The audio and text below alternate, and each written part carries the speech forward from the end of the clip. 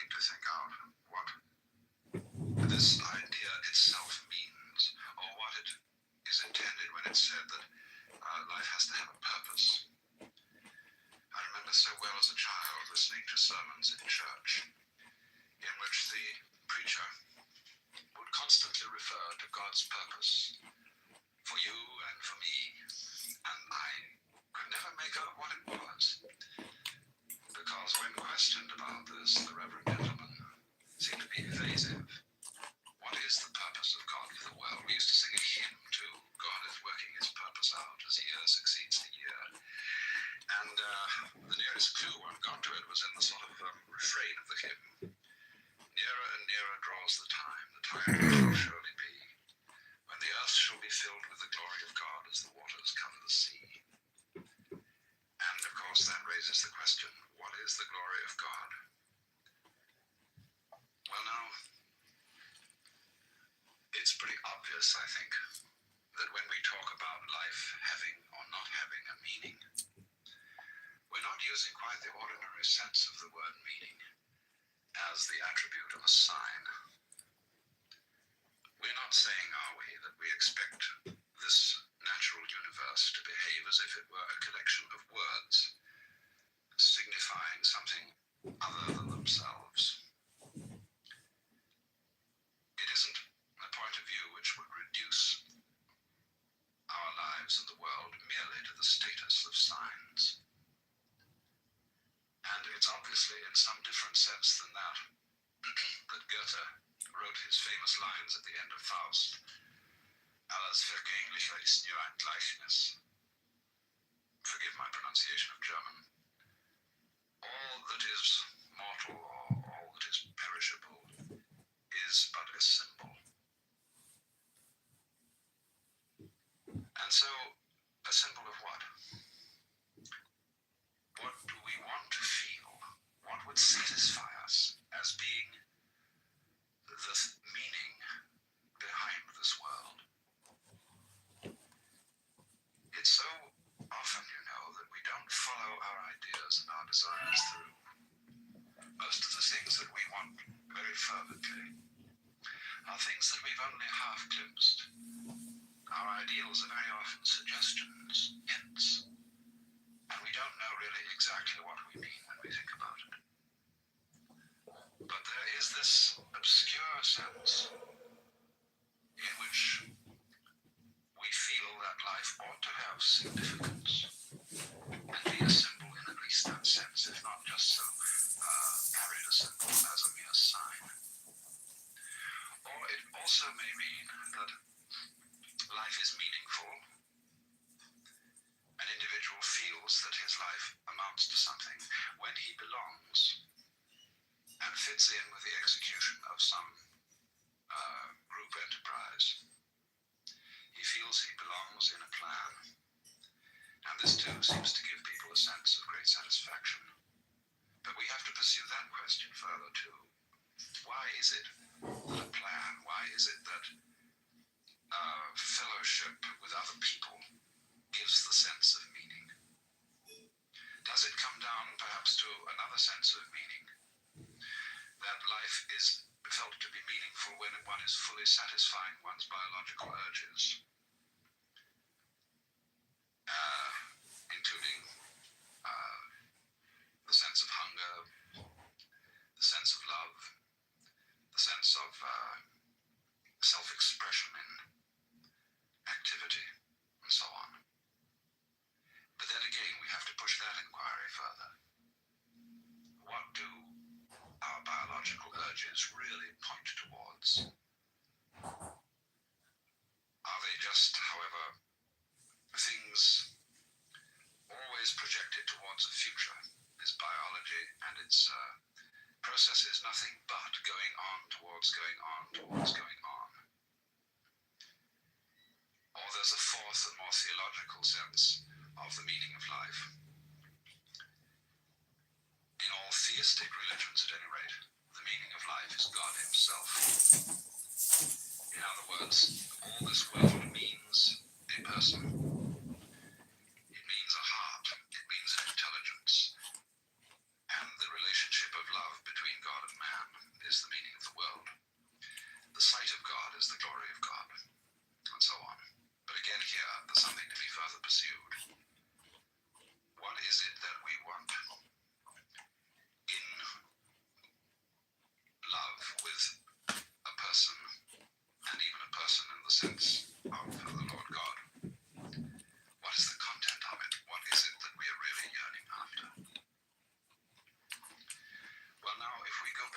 first point.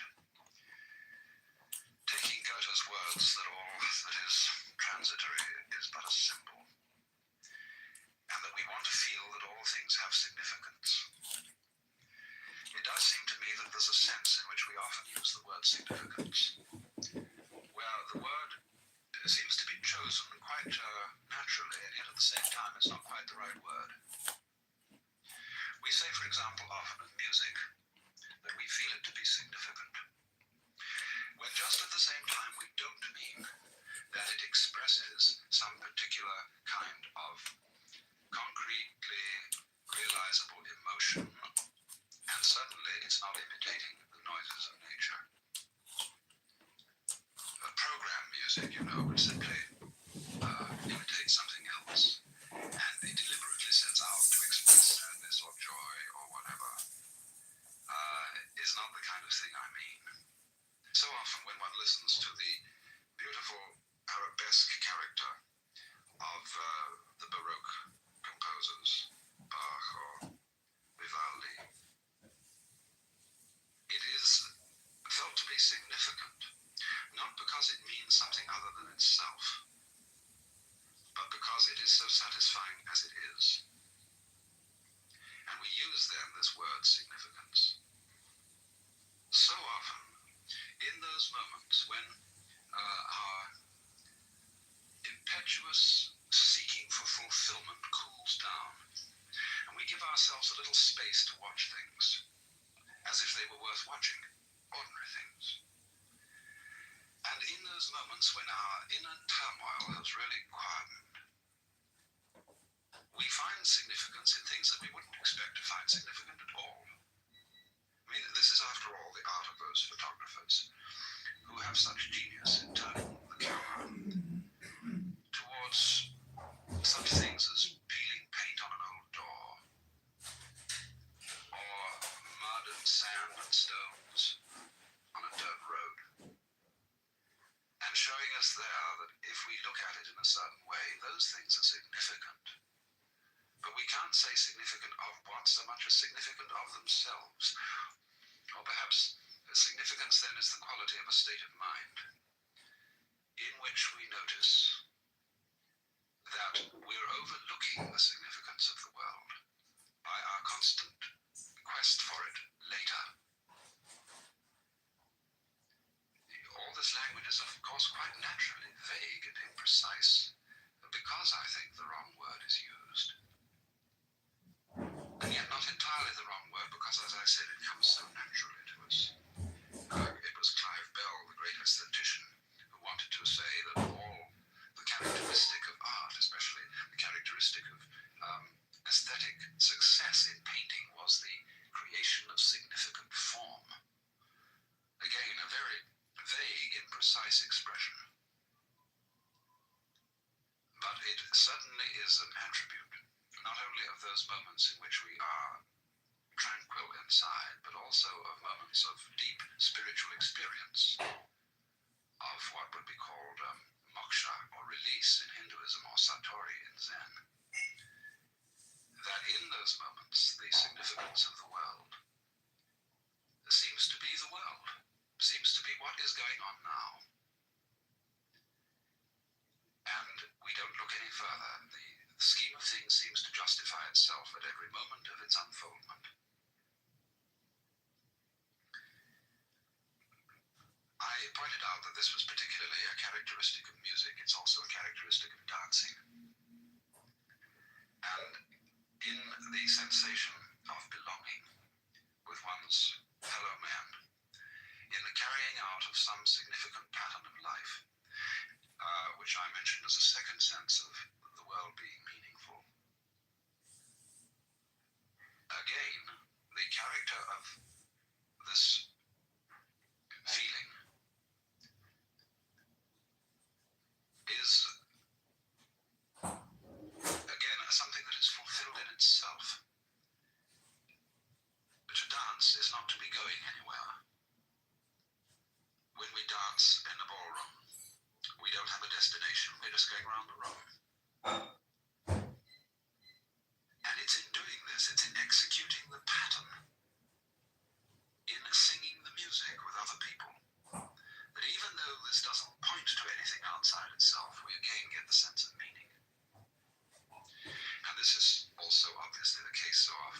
satisfaction of the biological urges.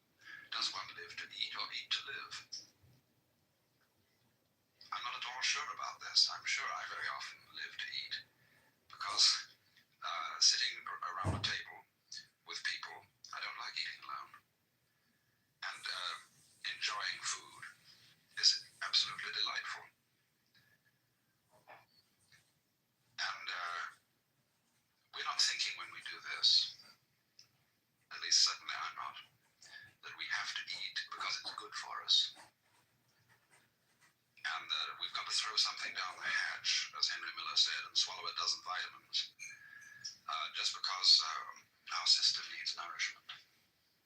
I remember quite recently there was an article in the Consumer Reports about bread, and there'd been some correspondence and protests saying that the bread one bought, white bread one buys in the stores, is perfectly inedible and lacking in nutrition, and that it was much better to eat peasant-type breads, rough pumpernickel and things of that kind. And the experts replied that our white bread is perfectly full of good nutrients, and there's nothing really the matter with it at all. Well, I felt like saying, it isn't a matter perhaps of the bread being deficient in the essential vitamins. Bread isn't medicine, it's food, and one's complaint against it is that it's bad cookery. It tastes of nothing. And we do tend, don't we, to look upon food so often for what it will do for us rather than the delight of eating it. But if the satisfaction of biological urges is to mean anything, surely the point of these urges is not the fatuous one of mere survival. We might say the point of the individual is simply that he contributes to the welfare of the race. And the point of the race is that it reproduces itself to reproduce itself to reproduce itself and keep going. And that isn't really a point at all. That's just fatuous. Surely the race keeps going because going is great, because it's fun. And if it isn't, and never will be, then there's no point, obviously, in going. I mean, looking at it from the most hedonistic standpoint. But then when we come to the question, what is fun? What is the joy of it? Again, we come down to something that can't very well be explained in the ordinary language of meaning, of leading to something else. And this, I think, becomes preeminently true if we think of it in theological language. That the meaning of life is God. In any of the theistic religions, what is God doing? What is the meaning of God? Why does he create the universe? What is the content of the love of God for his creation?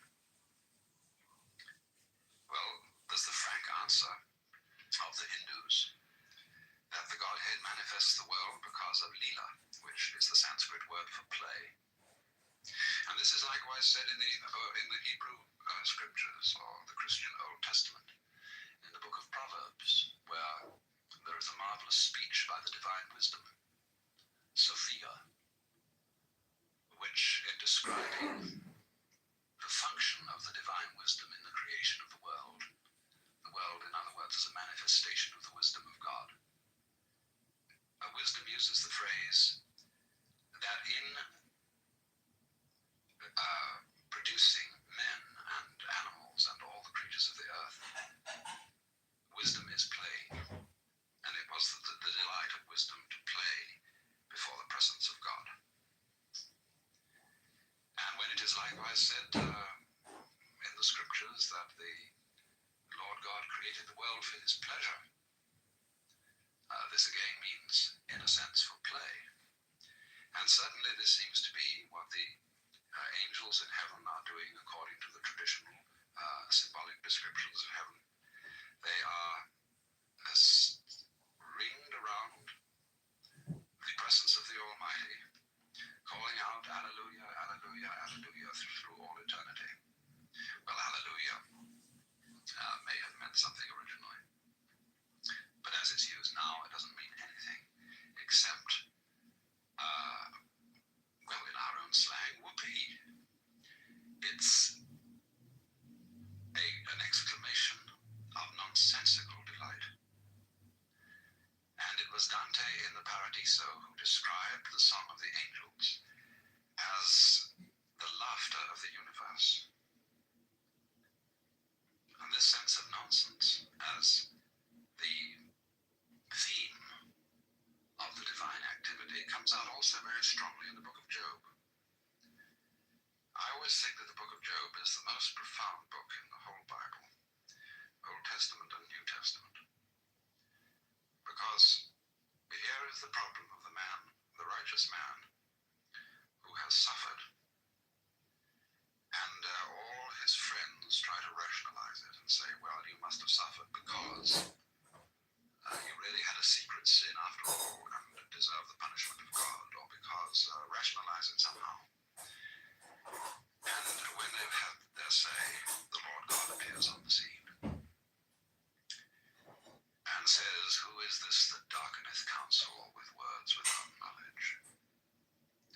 And then proceeds to ask Job and his friends a series of absolutely unanswerable conundrums, pointing out all the apparent irrationality and nonsense of his creation.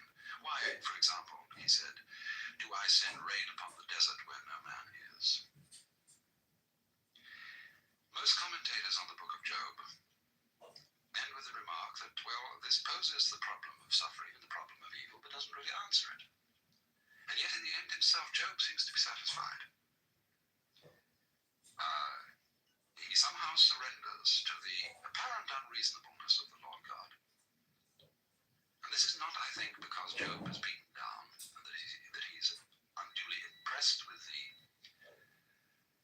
royal, monarchical, and paternalistic authority of the deity and doesn't dare to answer back.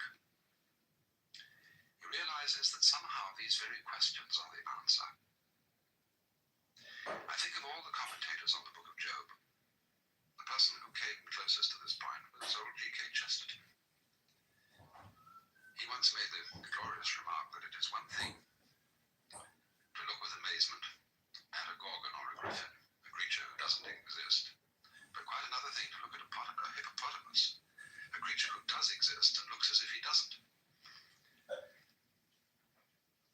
In other words, that all this strange world, with its weird forms, like hippopotami, and when you look at them from a certain point of view, stones and trees and water and clouds and stars, when you look at them from a certain point of view, don't take them for granted. They're as weird as any hippopotamus, or any imagination of fabulous beasts and gorgons and griffins and things like that. They are just plain improbable. And it is in this sense, I think, that they are the Alleluia, as it were, the nonsense song. Why do we love nonsense? Why do we love Lewis Carroll with his Prisbrillig and the slithy toves did gyre and gimble in the wave, all mimsy with the borogoves and the Monraths outgrabe? Why is it that all those old English songs are full of Foldy-riddle Ido and Hey Nonny Nonny and all those babbling choruses? Why is it that when we get hep with jazz, we just go booty booty booty boo and so on and enjoy ourselves swinging it? It is this participation in the essential, glorious nonsense that is at the heart of the world, that isn't going anywhere, that is a dance.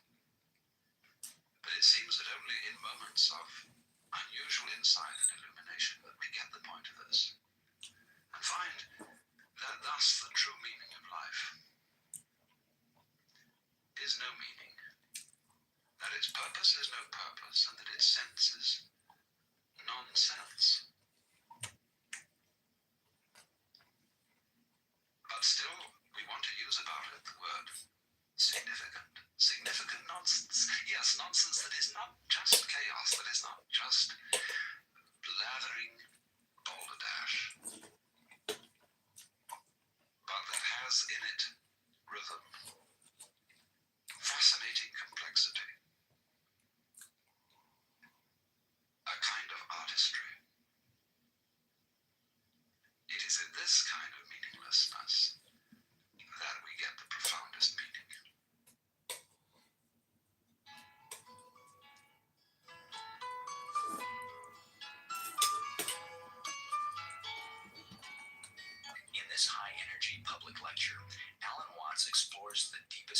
metaphysics underlying our images of God.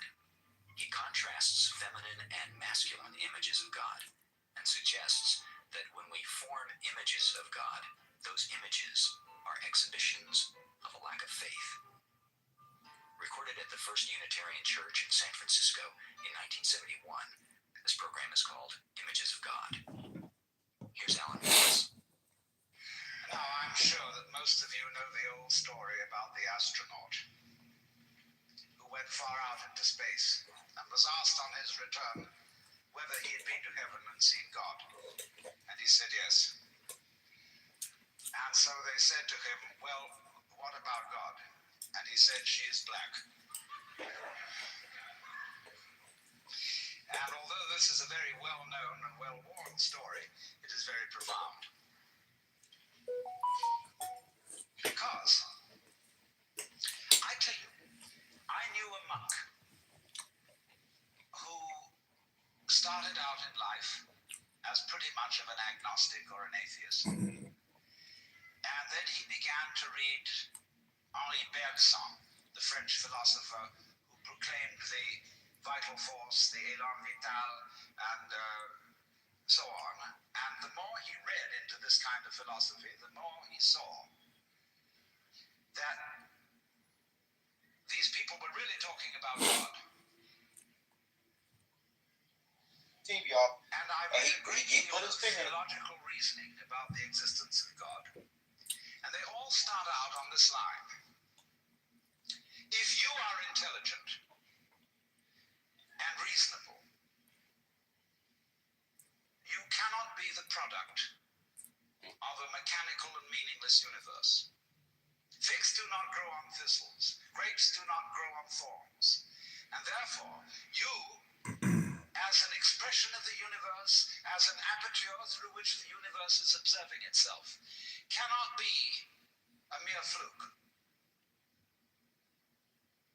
Because if this world peoples, as a tree brings forth fruit, then the universe itself, the energy which underlies it, what it's all about, the ground of being, as Paul Tillich called it, must be intelligent.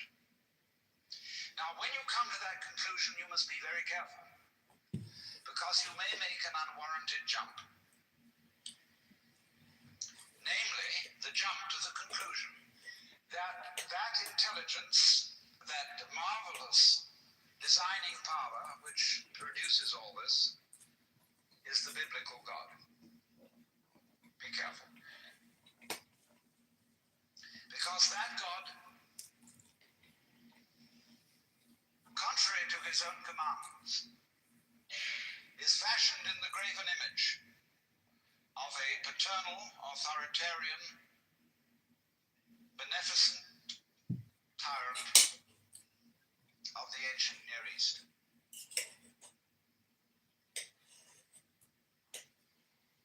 And it's very easy to fall into that trap, because it's all prepared, institutionalized in the Roman Catholic Church, in the synagogue, in the Protestant churches, all there ready for you to accept.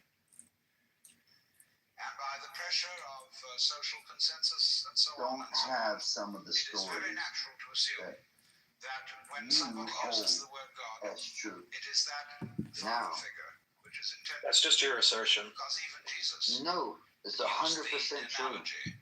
The earliest manuscripts don't have John, a woman possibly being stoned and Jesus saving her.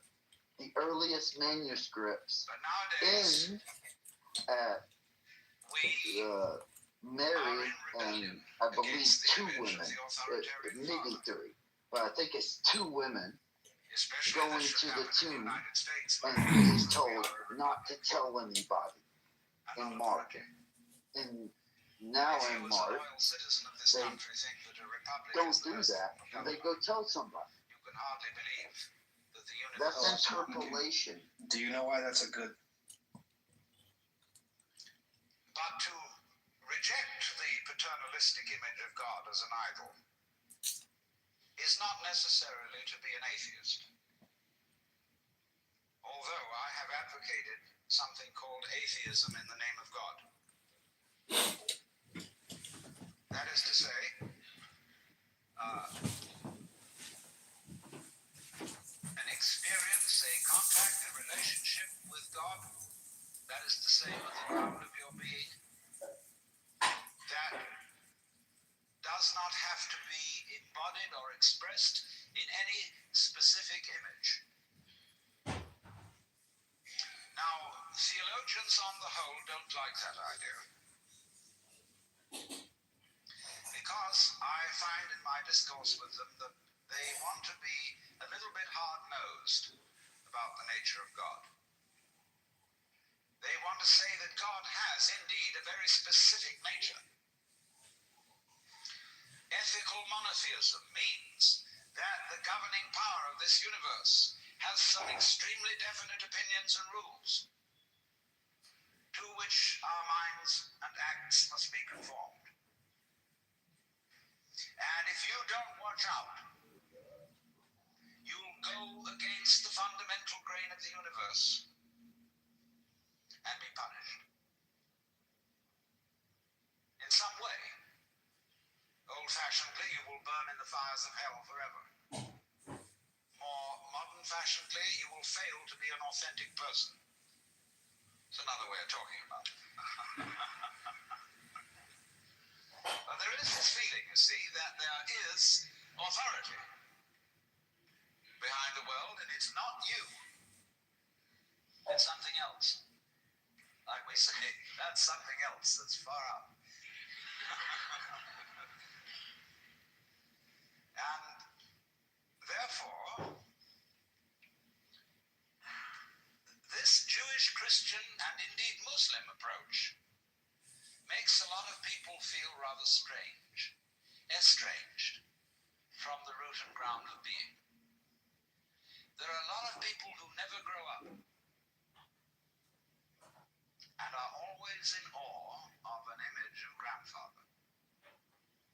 Now, I'm a grandfather. I have 5 grandchildren, and so I'm no longer in awe of grandfathers. I know I'm just as stupid as my own grandfathers were, and therefore I'm not about to bow down to an image of God with a long white beard. Now, naturally, of course, we intelligent people don't believe in that kind of a God, not really. I mean, we think that God is spirit, that God is very undefinable and infinite and all that kind of thing. But nevertheless, the images of God are have a far more powerful effect upon our emotions than our ideas. And when people read the Bible and sing hymns, Ancient of Days, who sittest throned in glory, immortal, invisible, God only wise, in light inaccessible, hid from our eyes. They still got that fellow up there with a beard on. It's way in the back of the emotions. And so we should think, first of all, in contrary imagery. And the contrary imagery is, she's black. Imagine instead of God the Father, God the Mother. And imagine that this is not a luminous being, blazing with light, but an unfathomable darkness, such as is portrayed in Hindu mythology by Kali, K-A-L-I, the Great Mother, who is represented in the most terrible imagery. Kali has a tongue hanging out long, drooling with blood. She has fang teeth. She has a scimitar in one hand and a severed head in the other. And she is trampling on the body of her husband, who is Shiva. Shiva represents also, furthermore, the destructive aspect of the deity, wherein all things are dissolved so that they be reborn again. And here is this blood-sucking, terrible mother as the image of the supreme reality behind this universe. Imagine, it's the the spider, the awful awfuls, the creepy crawlies at the end of the line, which we're all terrified of. Now that's a very important image, because let us suppose, just for the sake of argument, that all of you sitting here right now are feeling, well, fairly all right. I mean, you're not in hospital. You don't have the screaming memes. You have a sense you probably had dinner and are feeling pretty good. But you know that you feel that you're fairly good because in the background of your minds, very far off in the background of your minds, you've got the sensation of something absolutely ghastly that simply mustn't happen. And so against that which is not happening, which doesn't necessarily have to happen, but by comparison with that, you feel pretty all right. And that absolutely ghastly thing that mustn't happen at all is Kali. And therefore, at once, we begin to wonder whether the presence of this Kali is not in a way very beneficent. I mean, how would you know that things were good unless there was something that wasn't good at all? Now I'm not putting this forward as a final position. I'm only putting it forward as a variation, as a way of beginning to look at a problem and getting our minds out of their normal ruts. She's black. Well, she, first of all, feminine, represents what is called philosophically the negative principle. Now, of course, people who are women in our culture today and believe in women's lib don't like to be associated with the negative because the negative has acquired very bad connotations. We say accentuate the positive. But that's a purely male chauvinistic attitude. How would you know that you were outstanding unless, by contrast, there was something instanding?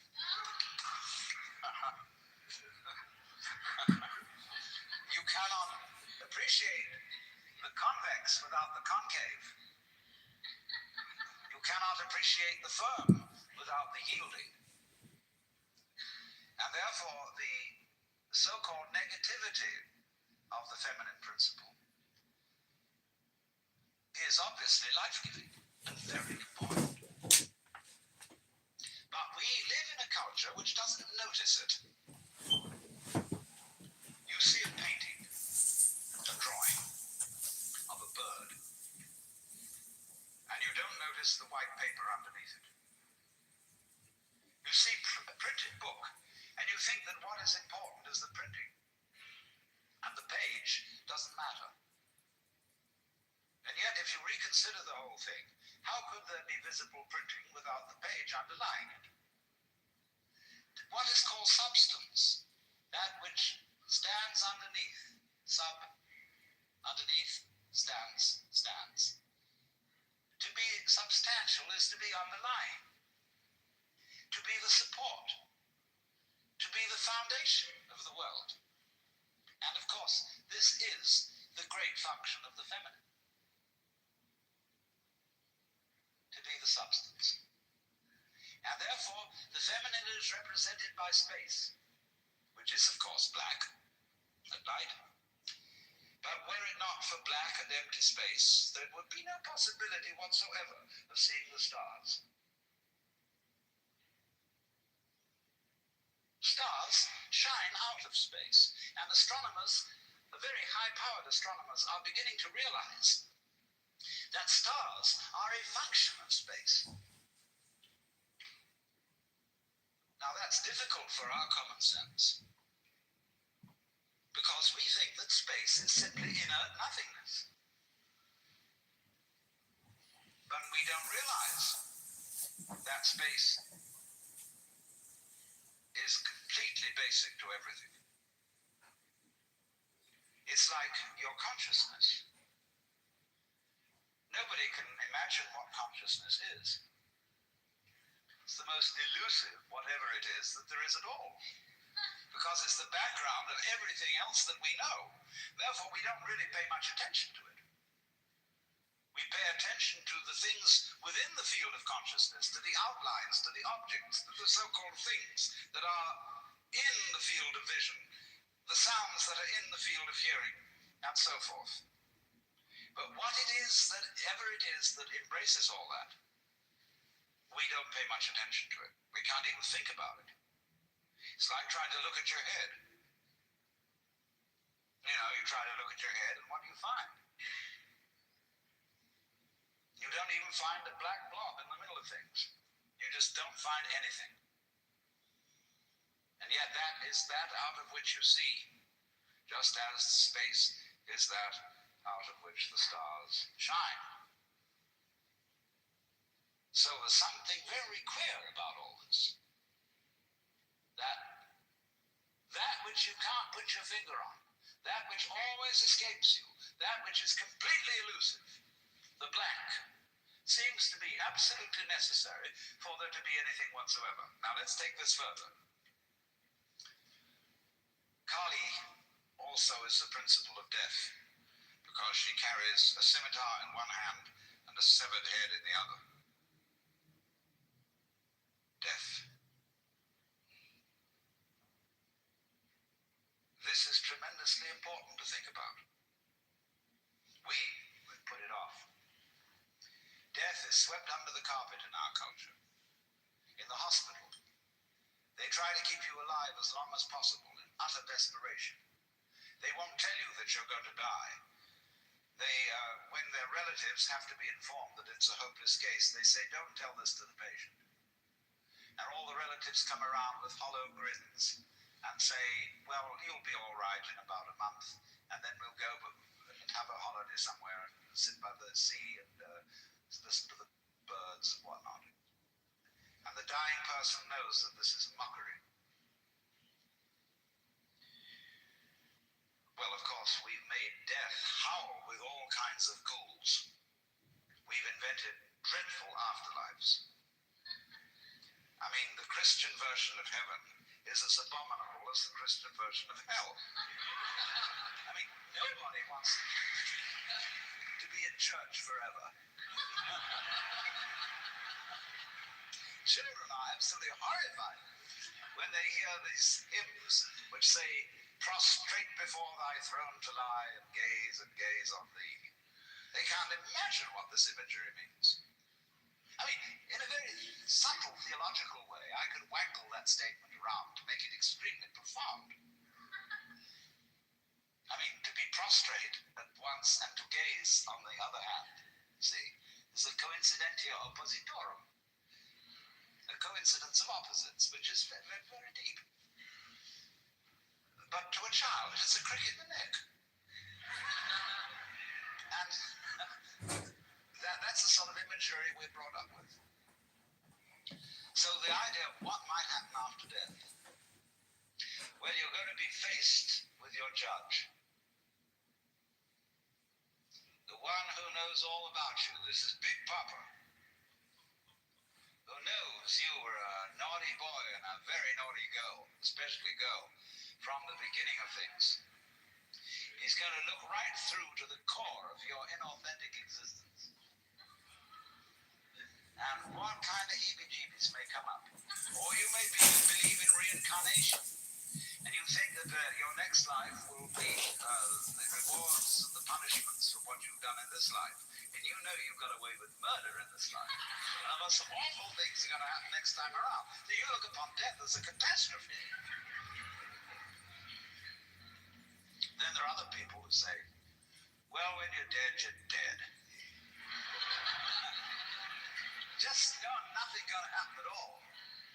So what you got to worry about? Well, we don't quite like that idea.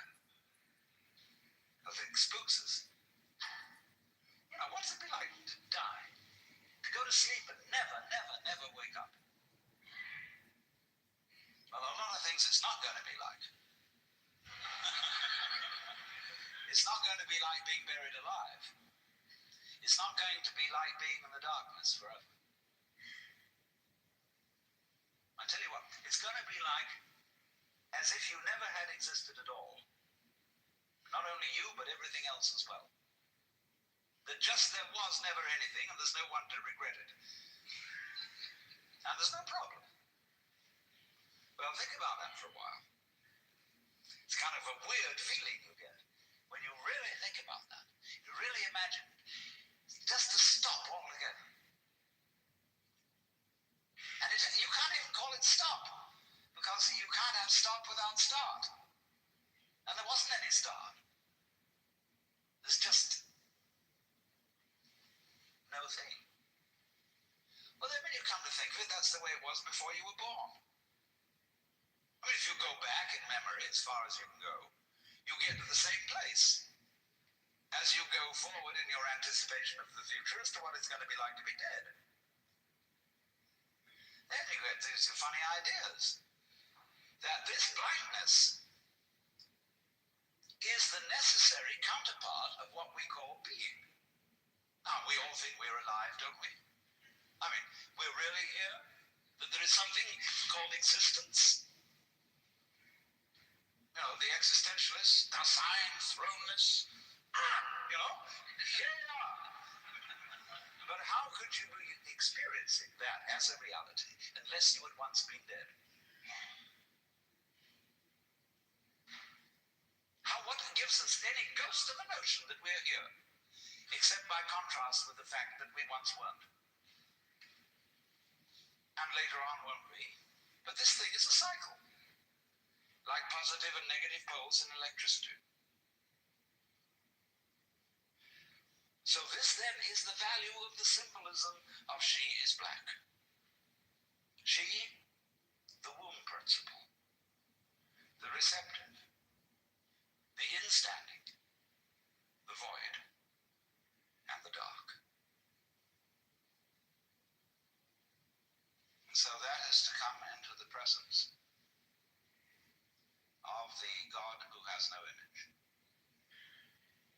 Behind the Father image, behind the Mother image, behind the image of light inaccessible, and behind the image of profound and abysmal darkness, there's something else which we can't conceive at all.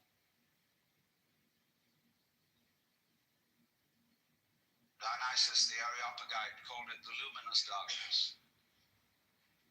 Nagarjuna called it Shunyata, the void. Shankara called it Brahman, that which can only, of which nothing at all can be said, neti neti, beyond all conception whatsoever. And you see, that is not atheism in the formal sense of the word. This is a profoundly religious attitude, because what it corresponds to practically is an attitude to life of total trust, of letting go. When we form images of God, they are all really exhibitions of our lack of faith, something to hold on to, something to grasp. How firm a foundation, what lies underneath us, the rock of ages, or whatever, ein fester Burg. But when we don't grasp, we have the attitude of faith. If you let go of all the idols, you will of course discover that what this unknown is, which is the foundation of the universe, is precisely you.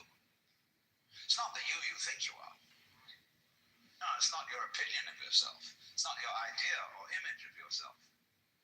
It's not the chronic sense of muscular strain, which we usually call I. You can't grasp it. Of course not. Why would you need to? Supposing you could, what would you do with it? And who would do what with it? You can never get at it. So there is that profound central mystery. And the attitude of faith is to stop chasing it. Stop grabbing it. Because if that happens, the most amazing things follow. But all these ideas of the spiritual, the godly, as this attitude of must, and we have been laid down the laws which we are bound to follow, all this jazz,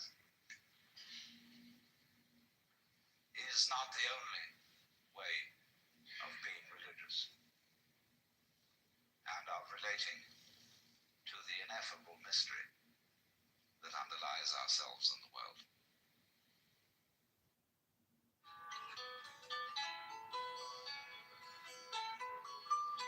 Audio Wisdom titles have been selected from hundreds of hours of original live recordings to bring you the ideas and insights of some of the most important thinkers of our time.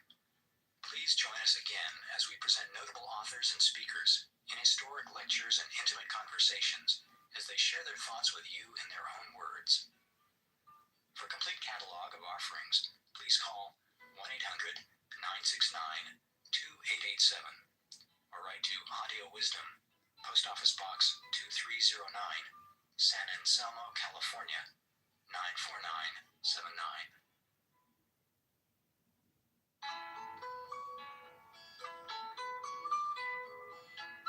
Welcome to the Love of Wisdom with Alan Watts. This is Limits of Language. It was recorded in April 1973 in Philadelphia, Pennsylvania. Here's Alan Watts. Tonight, at any rate, we've got to go through some theoretical material, so we're on a head trip. I don't know where the trip will end up. It depends on you.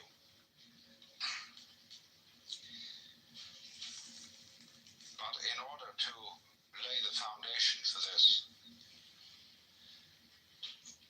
we've got to examine ideas that are basic to our common sense. Ideas that are very powerful. It's not only emotions that are powerful in human life. Psychoanalysis has, of course, examined the emotional bases of human opinions and beliefs, but one should also examine the intellectual bases of psychological principles, or theories, or therapies, because everybody who speaks a language at all has underneath the surface of the language, or the figuring that he uses, certain basic assumptions which are usually unexamined. And these unexamined systems of belief are extremely powerful in their influence over our lives. We'll begin with one very common idea that's built into our common sense, which is that the world, the physical world, consists of two aspects, respectively form and matter. This was foisted on us by Aristotle, and also by the Bible, because it is said that God created man out of the dust of the earth, and as it were made a figurine in his own image, and then breathed the breath of life into its nostrils, so that this form of clay became a living being. And so underneath that lies the notion that everything material is made of some sort of basic stuff, like clay is the basis of pots. And for centuries, scientists, philosophers wanted to know, what is that stuff? What are we made of? Now look here, a carpenter makes tables out of wood, and a potter makes pots out of clay. But I ask you, is a tree made of wood? Obviously not. A tree is wood. It's not made of it. Is a mountain made of rock? Obviously not. It is rock.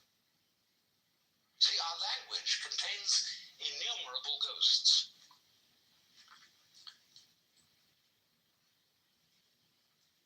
Supposing I Surely the flashing is the same as the lightning. There is not one thing called lightning and another called flashing. The lightning is the flashing. It is raining. What is this that is raining? The raining. I can make a noun out of a verb any time by turning it into a gerund. So we populate the world with ghosts, which arise out of the structure of our language, and thus, therefore, of the structure of our thinking, because we think in language or in figuring and numbers. And so it's an intensely fascinating investigation to find out what are the hidden assumptions that underlie language and figuring. In other words, language and mathematics. And here is this basic assumption, you see, that is almost with us all. It comes again and again into our everyday speech, that form, pattern, organization, organisms are made of something. As if there were some inert, primordial, and of course stupid stuff which had to be put into shape by an energy and an intelligence other than the stuff. Like the intelligence of the potter shapes the clay. So therefore, we have a basic picture of the world in which everything is being pushed around. There's a boss. There's somebody in charge who is different from what that somebody is in charge of and puts everything into shape. Because our common sense does not allow that things shape themselves. Very odd. In Chinese, the word for nature is zhiran, which is that which is so of itself, the spontaneous. The Chinese have no difficulty in thinking about nature as self-shaping. A Chinese child would not ask its mother, how was I made? It would ask its mother, how did I grow? Which would be quite different, you see. So to be made is to be commanded, and therefore every good being obeys. Whether you obey God, or whether you obey the laws of nature, you obey. And the analog, therefore, of the world that has been put into our common sense is one of military command. Note that. Because the image of God, I would go further and say the idolatrous image of God, which has been handed down to us, is one of the beneficent tyrant, the boss, Big Papa. So then, when our physicists started to find out what stuff was, they went into it and examined it with ever more minute instruments. They first started cutting up things with knives and cutting them smaller and smaller and smaller until the particle that they wanted to dissect was exactly the same width as the edge of the knife. And so they got an atom. And that word in Greek, atomos, means the non-cuttable. Non-tomos cuttable. That's the basic atom. What you can't cut anymore because you got down to the end. Well, they weren't satisfied with that. So they got an atomos, in other words, a particle of something or other that was just the same width as the blade of the end of the knife edge, and they looked at it under a microscope. And they saw that it seemed to be composed of more small particles. So they found out means of working those out, and then they found out extraordinary means of investigating the properties of matter. Then they reached a point where they couldn't decide whether it was particles or whether it was waves. So they called them wavicles. They thought they had come to certain ultimate wavicles called electrons. ultimately everything fell apart and they found protons, mesons, and many other extraordinary things. Because, of course, what they didn't realize was that as you make more and more powerful microscopic instruments, the universe has to get smaller and smaller in order to escape the investigation. Just as when the telescopes become more and more powerful, the galaxies have to recede in order to get away from the telescopes. Because what is happening in all these investigations is through us and through our eyes and senses, the universe is looking at itself.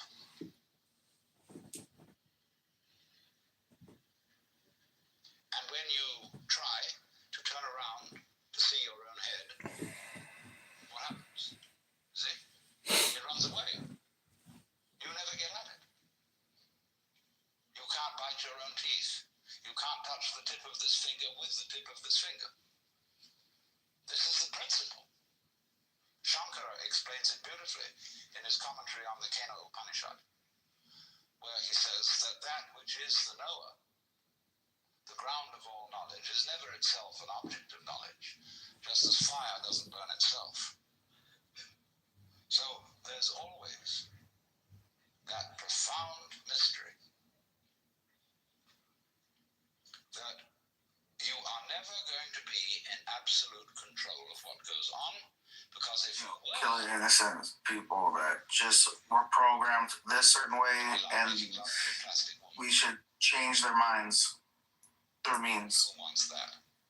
Maybe like concentration camps. I'm kidding, but kinda true. Look, we re-educated the Nazis and we re-educated the Japanese, right? They were both really genocidal, and they became great allies. They're no longer that way. We actually defend Japan. We first reduced them to ashes with the atom bomb, and then we made them into the second most powerful economy on the planet. The number 2 economy in at the time of the Asian Tiger, like the 80s. Now it maybe it's number 3. You're crazy, bro. You're crazy. I'm crazy.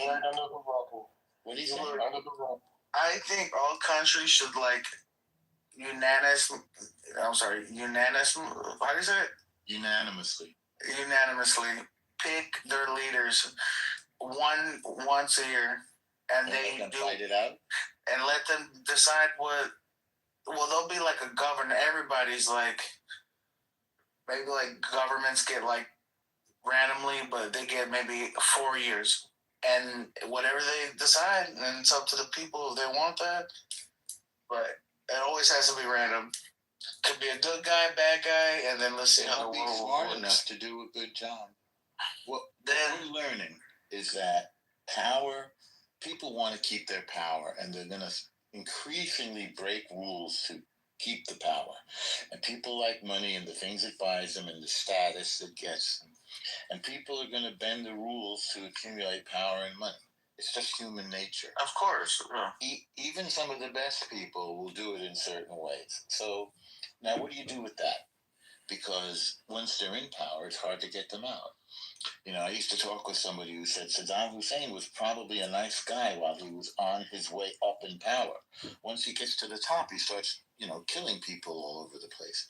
Maybe Ayatollah Khomeini was nice, and then he created a horrible, murderous machine, the IRGC. So the question is it inevitable that power and money corrupt you, or power, money, and religion? I know some good religious people. I know some good powerful people. I know some good rich people. You didn't learn anything from them either, did you, Al-Norma? Elise, are you Mexican? What did you ask me? What did you ask me? What did you ask me? I said you didn't learn anything good from them, did you? I learned a lot from them. A lot. How to be demonic. One thing. What's that? You learned how to be demonic. I'm not demonic, no. None of them are demonic either. I don't believe in demonic. I mean, I learned that even rich, famous, powerful people whose names you know, are just people like you and me, and they're looking for love, and they're looking for support, and they're looking to understand. Famous words. Famous words They do have a certain focus. They do have certain abilities. You know, they understand business, so that you've got to make more money than you're spending. I mean, look, Epstein was a creep. He was a pervert, you know? And you can make an analogy between him and this restaurateur we're just talking about, whatever his name is, Restrepi or something, who has to step down from his restaurant because he was bullying and pushing and punishing and shaming people. So people with power, especially if their personalities are messed up, bad stuff comes out. So Epstein did this really disgusting thing. Whatever. Did you know him? You look like you might know Harvey Weinstein. Didn't know him either. Never met him. Obama sent his daughters to, or his one daughter to intern for him, knowing what he knew about Harvey Weinstein. So go figure. I did know some very, very rich people. They weren't doing any perverted things in front of me or inviting me to any. They were drinking very expensive wine. That's about the all of it. You know, some of them were having affairs. But, well, Bill Cosby was another example. He had some weird thing he liked to do to put them to sleep, and then that's a weird thing. I don't even understand that. But, you know, people's minds get warped, and it's not even that difficult to warp them. The one thing is, I think in all religion is their gods or whatever, they gave us free will. What is your religion? You Christian?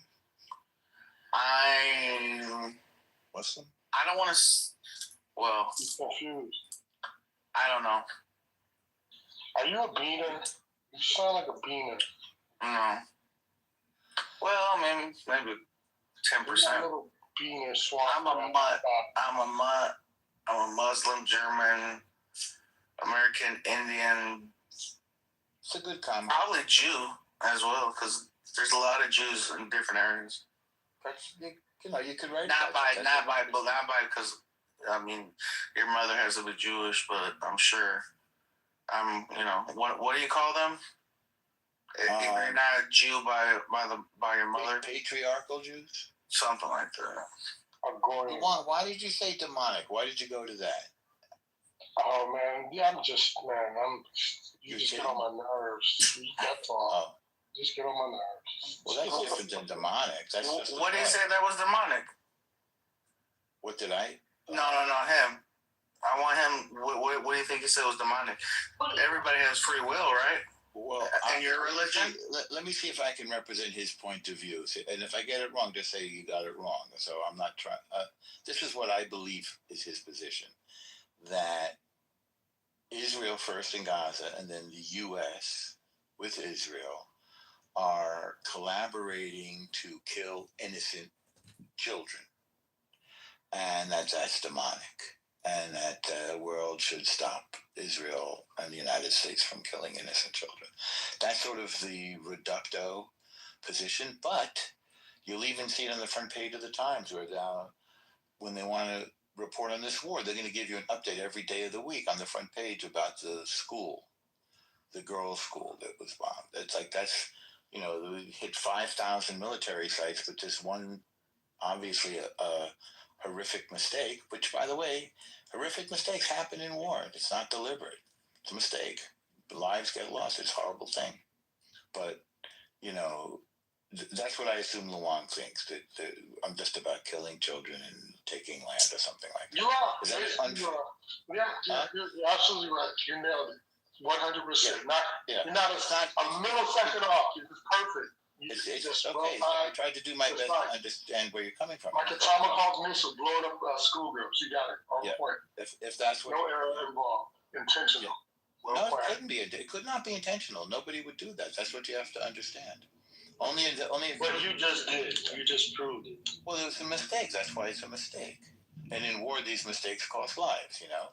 Maybe in your profession, my profession, you could get sued or you just lose money.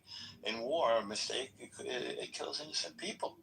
And by the way, you know what's even worse? Sometimes they kill your own people. Maybe you've been to war. There's mistakes. People get killed by friendly. I've heard as much as 20% die from friendly fire. It's a huge amount. That's 1 in 5. Rest in peace, Yitzhak Rabin. Yeah. Well, I mean, that wasn't exactly friendly fire, but I know what you mean. You mean that he was killed by another Jew? Stabbed right point blank range in the chest. Say again? Didn't he get stabbed in the chest or did he get shot? I don't know. I thought he was shot, but I have to go back and look. But, you know, I mean, Israel put that guy in jail and considered him a crazy, you know, a bad Jew. So he's not, you know, not representative.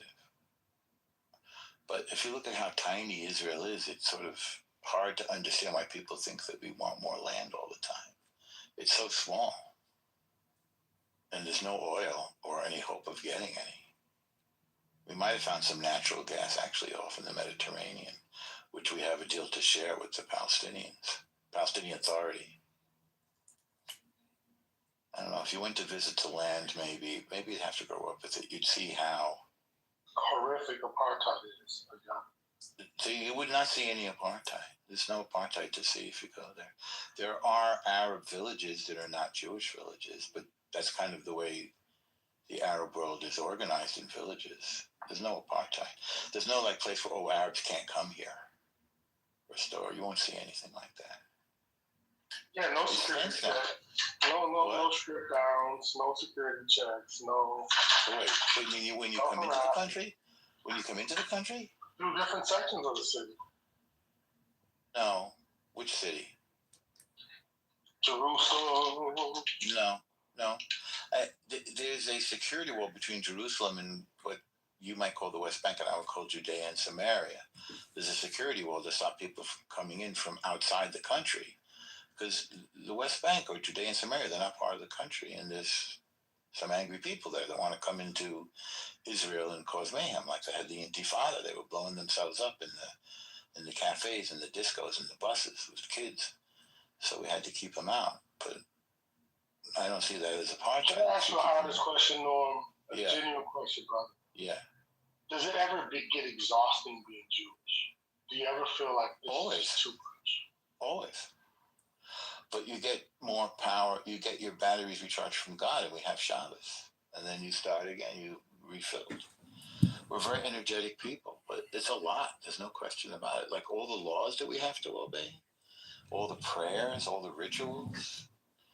Get up and pray and bless the wine and bless the food and make sure it's kosher and get ready for Shabbos and prepare for your holiday and get dressed and take care of your kids and Hebrew school and regular, you know, it's a lot.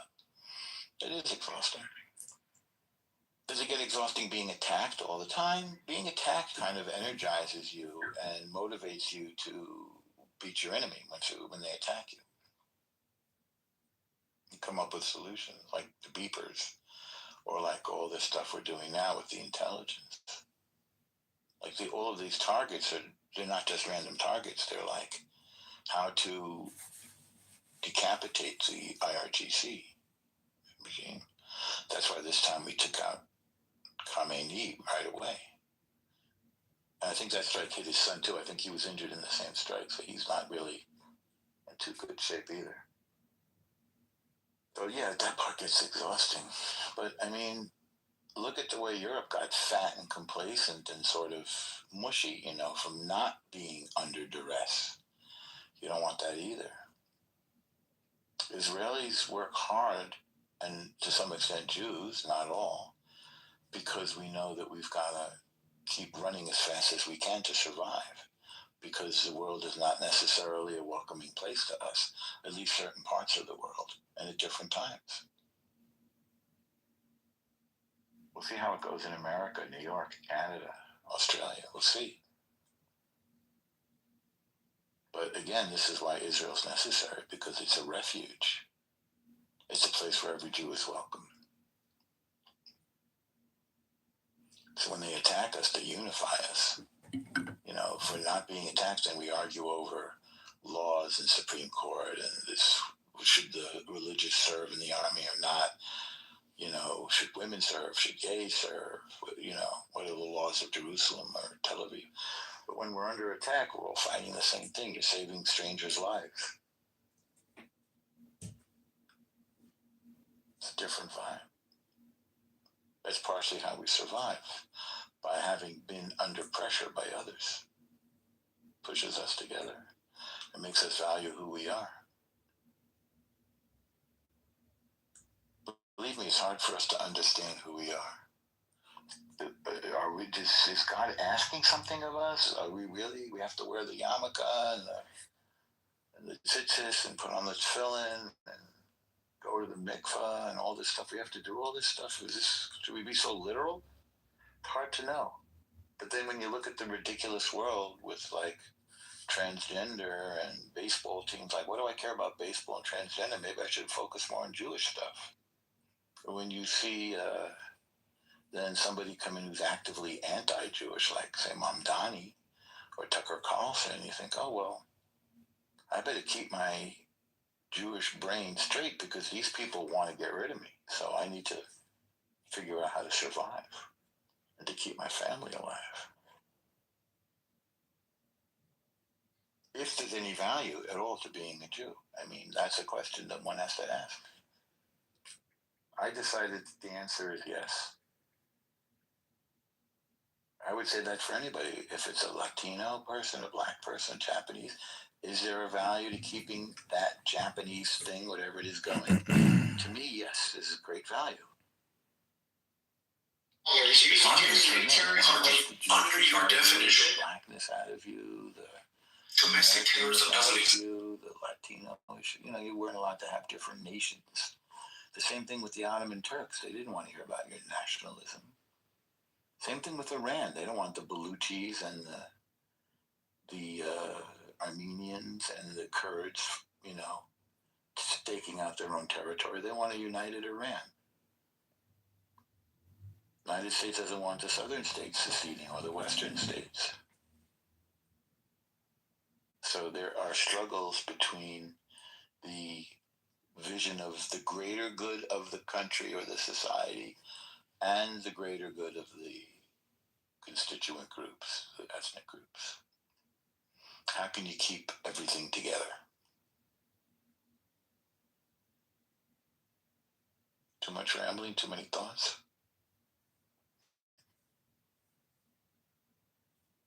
I see that, what's his name left? You guys asleep? Well, I'm going to do something productive. Because I'm a Jewish guy. I'm trying to learn something now. Take care, you guys. Protecting the sanctity of our elections is not optional, it is essential. Here in Illinois, however, we have seen preventable failures that undermine public confidence in our system. In the Republican primary for governor, voters across our state are facing chaos. In 5 counties, Lake, Kane, McHenry, Boone, and Ogle, ballots included a candidate who, according to the State Board of Elections' final certification, should not have appeared. Voters in some counties are casting ballots with Joe Severino's name, while others are.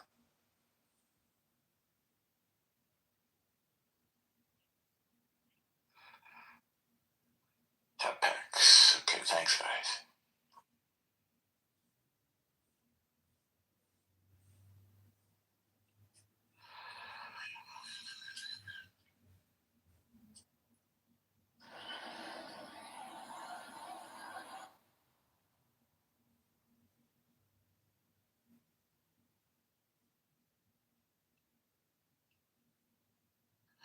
This is a good table of the packs.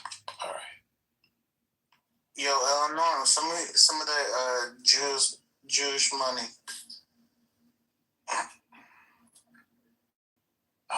For what? Because you're handsome. Yeah, and I'm poor. Okay, I'll tell you a Ronald Reagan joke, okay? Or a story. So there's this woman, young girl, comes up to whatever, high school junior or freshman, comes up to meets Reagan and Reagan says, "What do you want? What do you want in the world? What do you think the world should look like?" Go to work. So she said, "I want everybody to have a home. I want everybody to have food. I want everybody to be secure." I heard that, dude. You know this joke already? Did I tell it the other? Go to work. No, I've seen the video. Okay, it's not quite that. Should I tell it or not tell it? Say it. Tell it. Okay, all right. So, because you're not far wrong. So he says to her, "Well, you don't have to wait. If you want to help poor people, you can come mow my lawn and clean up my yard for me, and I'll pay you $50. Come on Saturday." And she says, "Great, I'm going to do that. I'm going to mow your lawn and clean up your yard and take that $50 you pay me and give it to that homeless guy down the block because I feel terrible for him." President says, "Okay, it sounds like we have a plan." And then she goes, "But wait a second. Instead of me doing that, why doesn't he come up here, mow your lawn and clean your yard? And you can give the money directly to him and I don't have to get in the middle of that." And President Reagan says, "Welcome to the Republican Party."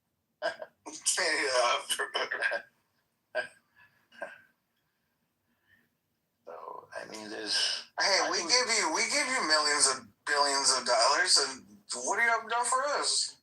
Me or the Jews? You mean the Jews? Israel? America gives y'all billions in return. America gives out about $70 billion a year, and Israel gets about 3.9. Well, imaginary money, that's what we give y'all, honestly. Well, because we spend it here. It's really credit for military stuff that we spend here, which is kind of good. But, okay, but we do this, and it's, it's like sell, lease back, and the way we rebuilt Europe by also enriching ourselves. But it's estimated that Israel provides like 5 times the amount of military intelligence, like 5 CIAs. It's very, very vigorous military intelligence. Again, because it has to. And similarly, we're battle testing all the equipment that you guys sell us and giving daily reports. So America hasn't been in a war in a while and doesn't need to use all this fancy stuff that they're producing. Israel field tests it, makes improvements, and is on the phone with the weapons manufacturers like every day, helping to improve the product, make it safer and more effective. So, yeah, you're welcome. Yeah, so thank you. I'll be generous. Yeah. I'll take the stimulus pack, 1,200. Did you get one of those? I don't even think I got one of those now. Mention it. Yeah, I had to pay it back. Trust. In taxes? Yeah. Well, I'm going to do a little bit of, I'm going to listen to some intelligent podcast about the war. All right, you do that. I'll send you my Venmo. Okay. Then tomorrow I can go into politically correct and mention 2 things that I learned tonight and get thrown off the stage. Okay. War never changes. What's that? I said war never changes. All right. Oh, let's see what I learned. Talk to you later.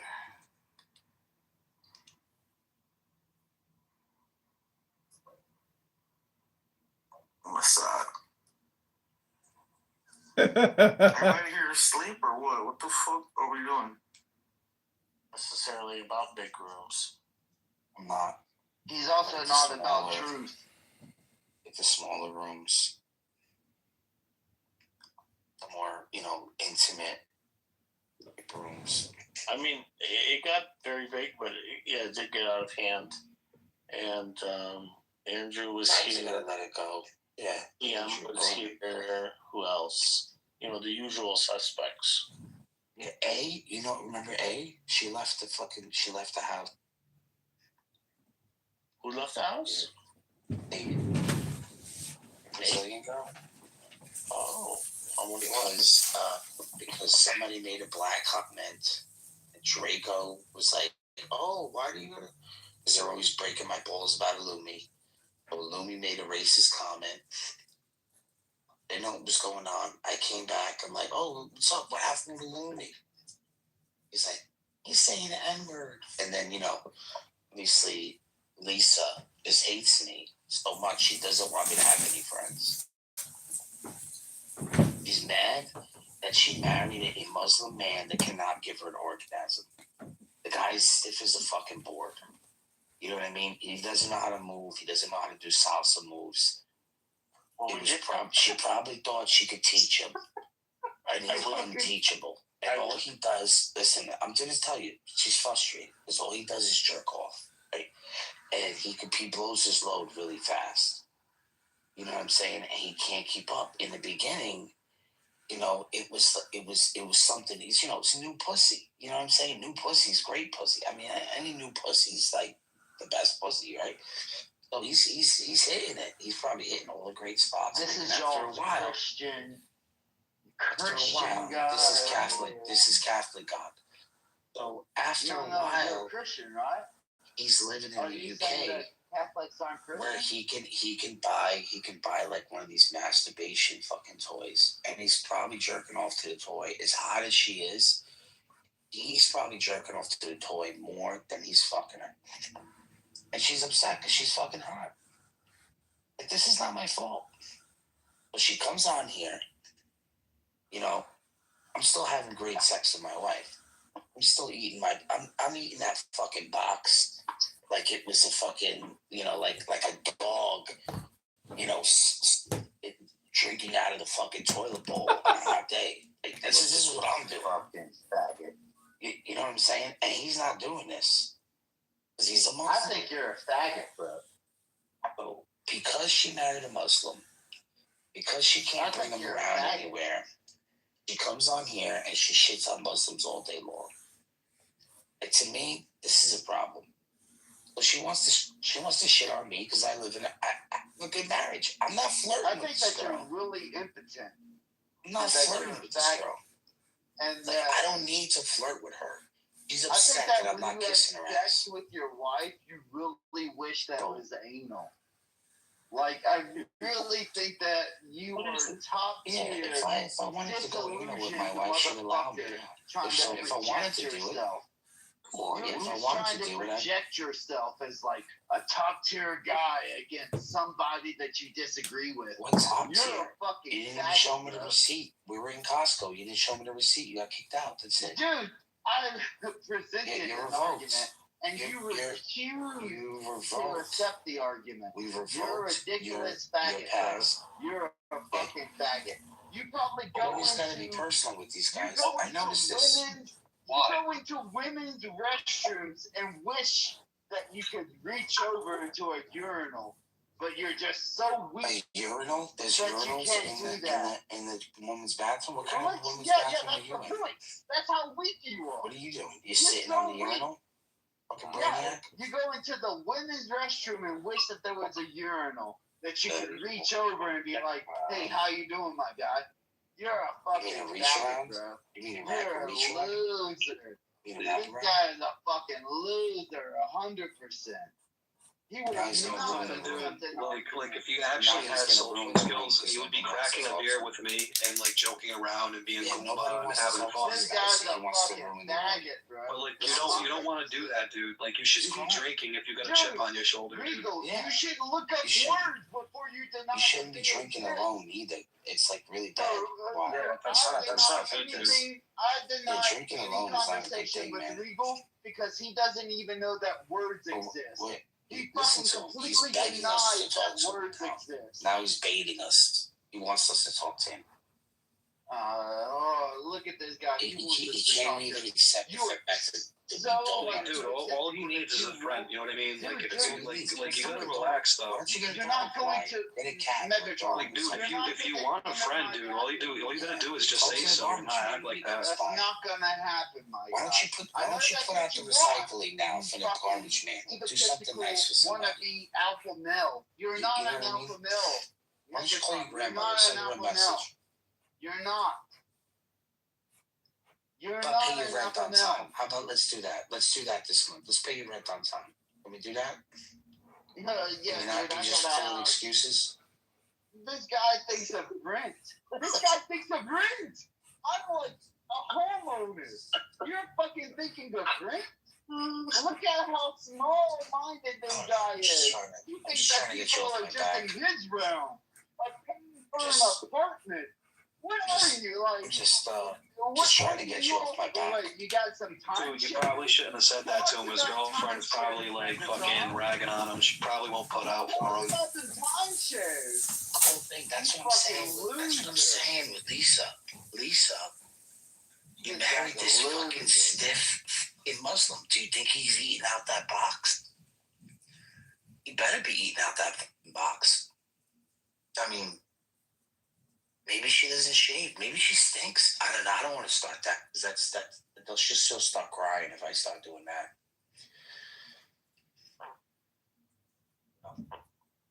You think I can make her cry? Well, she was hanging out with you the other day, dude. Now she's all like feuding with you again. I haven't made a girl cry. Maybe I can make her cry. Why was she hanging out with you the other day? She was all cool with you the other day. Now she's all mad at you again? No, she's got stuff against me. You do know that big girls. Look at this petty shit that y'all are talking about. What was that, Euro? I couldn't hear you over this. I said big girls. I'm sure you couldn't hear because you're just sucking dick. Say it again. You're a fucking faggot, bro. Say it again. What are you talking about? What are you talking about? You're talking about, oh, well, some woman, I made her cry. Congratulations, dude. You're a fucking male at that point. Like, Okay. what are you talking about? All right, Euro, what did you say again? I'm going to knock you down. Don't you know that big girls don't cry? Yeah, sure. Yeah, Frankie Valley Do you done wanna- said that do you fucking want me to show you the list? 1956. You have a list? I have a list. And it's top tier list. You make It's a a list it's a of fucking people? amazing You list. loser. You An loser. amazing You're list. like, Let's see. hey, Let's see if actually we're got gonna go. laid. We're gonna go one for one. I'm gonna write this name down. I'm gonna go one for one with Daniel. Let's see if he You can top fucking this. loser. So number one, Cora. Daniel, have you made Cora? Right? He didn't. I did. Aurora. Right? Yes? No? No? Nobody? 2-1. What are you? 2-1. 2-1 Aurora? What? No? Okay. What? 80. You're just naming. 80 cried. You're just naming aliases on this app. 80 cried. They already have Aliases 3 on this app. Wait, what is this a list of? girls that I made cry on this app. Oh, Discord, I got a whole nother Discord.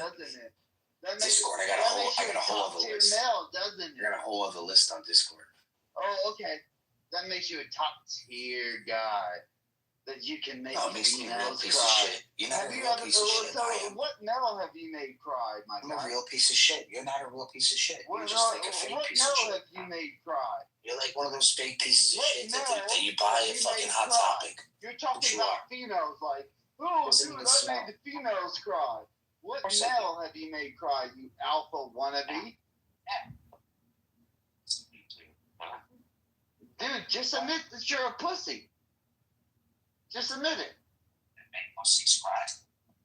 You're crying right now too. I mean, you've been crying since I stopped talking. Dude, I ain't crying. You're I'm proving just my point. pointing Yeah, out you're that proving you're my a point. pussy. You're a You're proving pussy. my Like, point. your Look, he's shitting greatest everywhere. accomplishment, You're getting is that females have You're cried. getting emotional. Your greatest accomplishment It's your is that emotion, man. females have cried. You gotta calm How yourself. is You that gotta an calm down. accomplishment? How is that an Calm down. accomplishment? You gotta calm down, bro. You're a Easy. fucking Did you really just drink 2 beers and get this like insane? Like, are you a lightweight or something? Yeah, he's a light illegal. It's Did you like look up definitions and realize that probably words should. actually exist? Probably shifting to the Shivers Regal. Haha. No pun intended. They switched to the Shivers Regal? Who knows? Is that Dude, I Slim? made a couple of females cry. Slim, I'm a tough is it? guy. Is Yeah, that I'm gonna like make your now position? since you know that what, your since you pushed me position? now, I'm gonna make Megatron, Lisa is cry. that your I'm gonna make Lisa position? cry. I'm gonna I make made Lisa a cry. couple of females cry. That's your position? That makes you tough? Or I'm that gonna make her makes cry you too. like, Yeah, well, it what does. are you talking about? Makes me tough. Sound like you're in the garage, You're a like faggot. I told you you're a faggot. he's in his garage having 2 beers, dude, getting insane. I Regal doesn't know that words exist. Dude, did shit smash on 2 beers? He's gonna complain about Show me the receipt. Show me the receipt. And he I don't don't even get that know shit that about the words receipt. exist.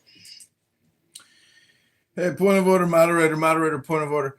You know, this conversation, if we get back on topic about the Bible and the Quran, we can see how valuable books are in terms of having intelligent, focused conversation and studying wisdom. But this conversation is, you know, below the belt. What is the point of this conversation? Hello? Hello.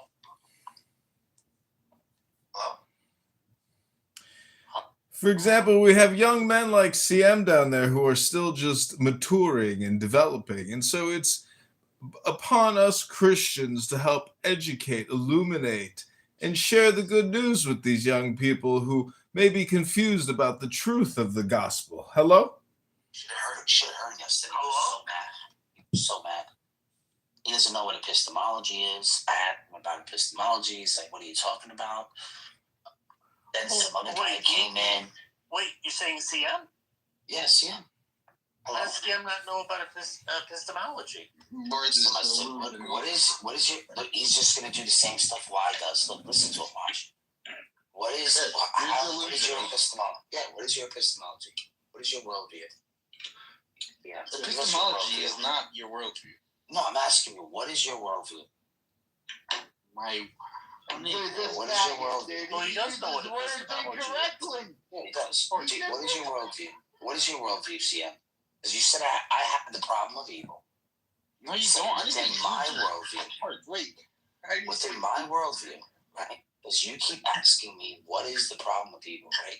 You're saying you gave the argument. About it. You never gave the argument. You gave the argument 5 times. You see what I'm saying? He doesn't want to give the argument, Euro, because he said he did it yesterday. Oh my gosh. He's doing what the Muslims did. Should I do it again? No, we already did this argument already. I can, dude. I've summarized it in like a sentence or two. I don't need you to summarize it. I need you to give me the full argument. Give me the argument. No, you know what is evil? What is evil in my worldview? I don't know. I have no idea. I don't care. So then, how do I have what the problem of evil is? I can answer that question. Are you a like Christian? Traditional fucking. Why? Nobody's talking to you. Why? Of course you don't want it with me, dude. Stop speaking to you. You don't want it. Stop speaking to you.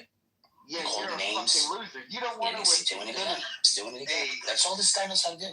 Mark he really doesn't know what the problem of evil is. You start telling, like, can you give me the argument about it, and he starts give me the argument, please? Random shit like determinism. Can you give me the argument, that please? just don't apply. Can you give me the argument, please? Give me the argument. Oh, you know what, Mark? Seriously, I fell for that yesterday. You see what I'm saying, Regal? Yeah. Megatron, any day that you want, just me and you. I'm not going bring to. it up. I want talk you to shit do it. on a panel. I want you to do At it. any point, you This and is I. what atheism. This is atheism, guys. Oh, this is atheism. Yeah, this is Any atheism. point you want some, let's get it, my guy. This is the atheist worldview. The one guy's talking, the other guy only gives one argument a week. That's atheist worldview? Is This that is what you want? Yeah, blah, blah, blah. He sounds like my son. I swear you sound like a little boy. You sound like a little boy. It's so funny, dude. Dude, you Mark sound hates like his a life fag. and blames it on atheism. Like, It's all so you funny. do This is, is atheism. wait. Think about All it. This is you do, atheism. Megatron, is try to say, Megatron. I'm better. But what I say, at any Raise my point, voice yet. Wait till I at get my car. any point, we can discuss it. You and I. You just say, I don't want it. Not with you, yeah. Point of order, moderator, point of order. I'm very confused because this is a Bible and Quran room, and these young people, maybe we can get them to maybe read the Bible or Quran to us to prove that they can actually read, because I'm wondering, maybe people are just using their thumbs now, their opposable thumbs to do action, but aren't actually reading anything. Maybe we can find out if they can read.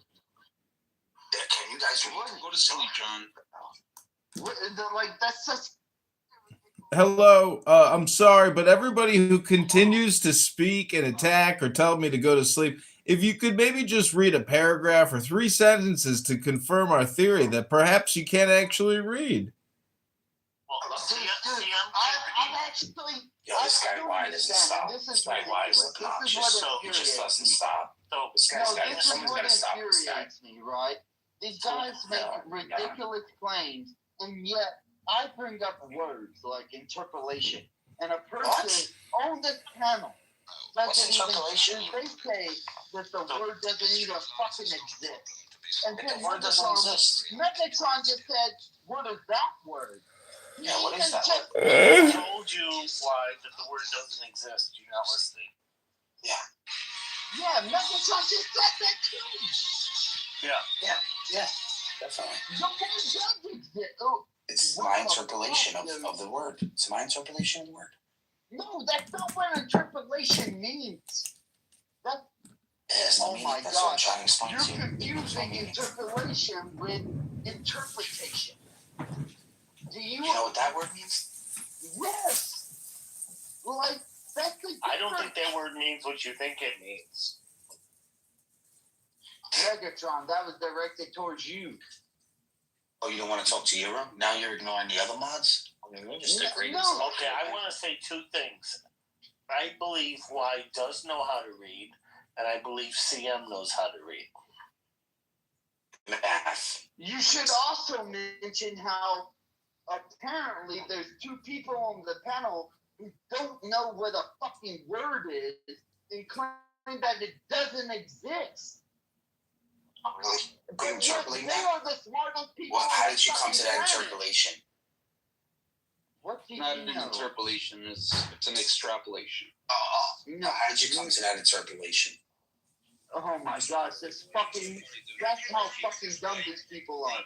They don't understand. Can you interpolate that? Oh my god. Interpolate that, please.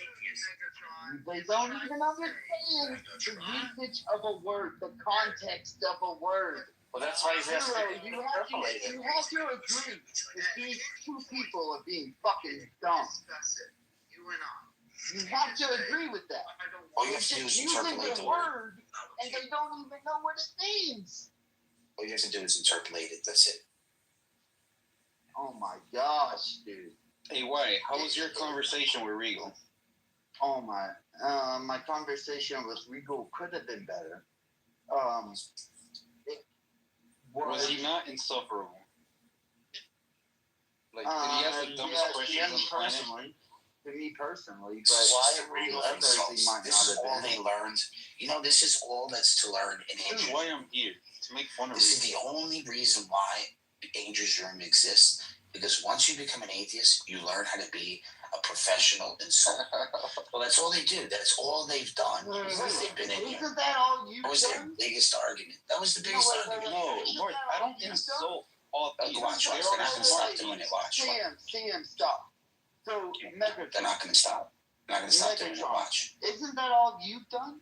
Is that you try to insult us? And Well, I was trying to interpolate what you were saying. I just proved that I used a word, and you were not in the room when that word was used. But a person that you align with, real quick, Euro, real quick. A person that you aligned with didn't know that word even fucking existed. And you even claimed... I'm interpolating. It doesn't exist. Real quick. Even you denied that word. You like, no, that doesn't mean anything. That's how fucking retarded the people that I have to talk to. Now you just call me retarded. All right, point of order, moderator, point of order. I want to say CM every night has been telling me to go to sleep. I'm just wondering, like, is it really worth it to spend your energy to tell a guy at 2, 3, 4 in the morning to go to sleep? Is that how you usually spend every day of your life, telling some random guy on the internet to go to sleep, CM? I think his mother tells him to go to sleep all the time. That's probably why he's just projecting. My mother Okay, so this guy just said, "Oh, you're like attacking me," and now Is he interpolating something else? But he's not attacking CM. How did he just interpolate that? Fucking faggot. This fucking faggot. I told you, that's all they can do is insult me and him. Of course I'm insulting you because your intellect is smaller than mine. So I can attack you. I will punch down on you. I mean, at least you're not married. At least you're not married to a Muslim that doesn't know how to eat out your box. You I mean, that's a claim really to private have problem. the truth. So when Now you're so dumb that you don't know what words mean, I'm imagine getting married. Hey, why? What kind of beers are you drinking? Yeah, why? Imagine getting married and making this. Odell IPA. Yeah, IPA. Nice. So, Megatron, I have a question for you. Yeah, again. It's a yes or no question. Okay, go for it. Okay, would you say that the truth is really just a question of interpolation? Well, first you would have to interpolate what you think truth is. Oh my God. That's right. Do you know what interpolation means, you fucking retard? He just tricked this you. guy. What is wrong with this guy? Dude, you realize he just trick questioned you. And you fucking fell for it. Of course I did. Interpolation. It's not interpolation. Like, you... What? Interpolation is not interpretation. Do you realize you said the same word again. That's what I'm saying. Yeah, I thought you were drunk there for a second. But yeah, keep going. No, you realize that though he just trick questioned you. Do you realize that? Really? Were you the only one that caught that? Do you realize that he just tricked questioned? Are you saying is that what I interpolated out of what he said? Holy shit! Do you know what interpolated means? Yeah, I've been using it. Okay, what is it? What is it? You want me to interpolate it for you? Are you a fuck? Okay, let's just yes, interpolate it for me. Oh, I am using it right. No. You just said it. I just asked you. Interpolate it. You asked me. You asked me. Okay. I'm asking you. Interpolate it for me. Just did. You just used it. No, but what is the definition of interpolate mean? It's not the same as interpret. So what is it? What interpretation? Maybe when I say interpretation, como lo digo en español, interpretation. Why have I say it like that? So all you're doing is like. Maybe it depends on your interpolation. Yeah. Or extrapolation. What is interpolation, Megatron? Hold on. I'm using the bathroom. Give me a second. This fucking faggot. Interpolation. Thoughts. Have you my thoughts? Interpolation inside of a religious concept is the addition of text. That's what it means. I mean, nothing else. Eisegesis? You mean eisegesis? He tricked you. You mean eisegesis? No, it's not exegesis. No, I said eisegesis. Yeah, eisegesis. It like. No, not Jesus. Eisegesis. None of that matters, right? Interpolation. Do you know the difference between eisegesis and exegesis? Yeah, but that's not what you said. What is the difference? What is the difference? Holy shit, fuck. What is the difference between eisegesis and exegesis? Holy shit, fuck. Do you know the difference? You're trying to teach me about a word. I want to know if you're learning enough. I know the difference, but it kind of depends upon your interpolation. That's what I'm saying. So why don't you explain it? But can you explain eisegesis and exegesis, of course? That was a good one. That was a good one. Yeah. So, can you tell us what the... Holy shit, fuck. Explain to us what eisegesis and exegesis means. Then I'll have a religious discussion again. Oh, yeah. See, this is why I didn't understand what he was saying, because he was saying interpolation. It's interpolation. Okay, so you're pronouncing it wrong live. Yeah, interpolation. We know that. We know that. That's wrong. So not only are you And he said pronouncing it. it And listen. And he said it. You know how many now times that he I said go it? and look it up, right, it's actually discussing what I discussed earlier, which is like textual criticism. So you're acting like a fucking sophist, dude. Because I'm talking about literally the same thing when I say textual criticism. This is the whole. Listen, Regal. This is the whole time he thought that he was saying the right word. That's why I said it over and over and over again. And then he asked us about the wrong word again. So I'm going with eisegesis and exegesis now. I'm going with eisegesis and exegesis. Let's see if he can tell us the difference. Yeah. Tell us what eisegesis is versus exegesis. Why? And I'll have the religious discussion with you. Or at least tell us your interpolation of it. Yes, exactly.